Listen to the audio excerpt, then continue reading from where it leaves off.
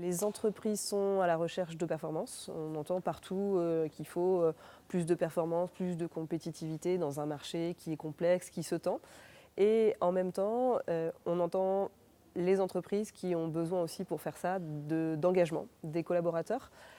Si on reprend les chiffres de Gallup, qui parlent du désengagement des salariés, qui disent que globalement 90% des salariés sont désengagés, ça a un coût caché qui est chiffré par l'Institut de sondage Gallup à 371 milliards de dollars par an aux États-Unis. Et pour donner un chiffre français, Alma Consulting Group a mesuré le coût de l'absentéisme en France à 9 milliards d'euros. Donc c'est dans l'engagement des salariés qu'on va pouvoir trouver des gisements de performance et ça passe par d'autres formes de management qu'on va dire les entreprises traditionnelles, d'un management qui fonctionnait il y a 20 ans, il y a 30 ans, mais qui aujourd'hui est en dissonance par rapport aux besoins.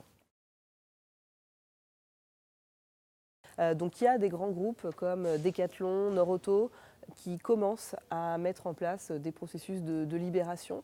Il n'y a pas de chemin pour le faire, donc ces groupes vont, comme les PME qu'on a entendu parler ce matin, apprendre en faisant. Elles sont accompagnées bien entendu.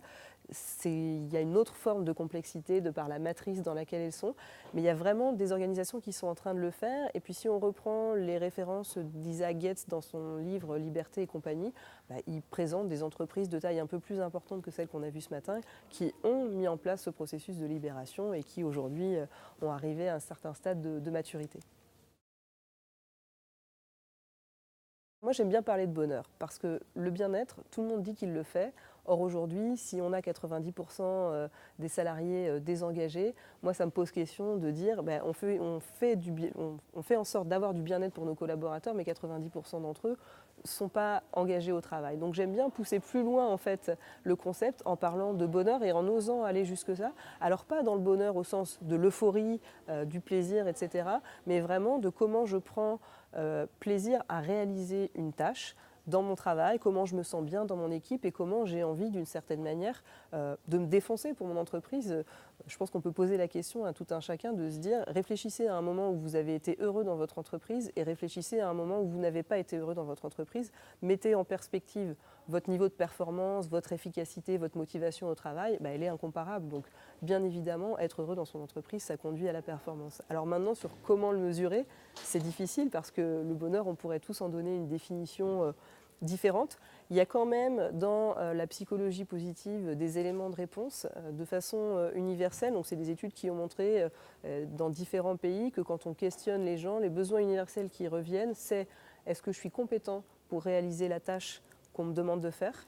Est-ce que j'ai l'autonomie pour la réaliser?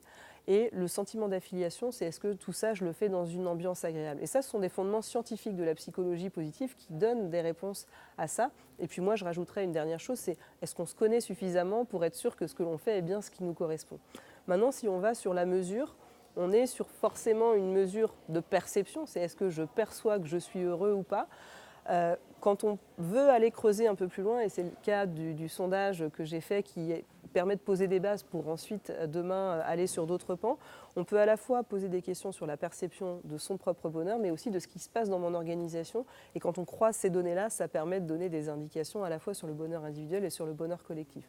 Et ce qui est très intéressant, peut-être pour conclure sur ça, c'est que pour les entreprises libérées donc, qui étaient autour de la table ce matin et qui ont fait ce sondage, elles ont des résultats bien supérieurs à la moyenne en termes de satisfaction des collaborateurs. On peut par exemple utiliser une question concrète qui est si j'avais le choix, est-ce que je déciderais de rester dans mon entreprise ou de quitter mon entreprise? La moyenne, c'est autour de 40% des gens qui, s'ils avaient le choix, quitteraient leur entreprise. Donc ça veut dire que sur 100 personnes, il y a 40 personnes qui choisiraient de quitter l'entreprise si elles le pouvaient. Et dans des organisations comme celle qu'on a vue ce matin, c'est moins de 10%.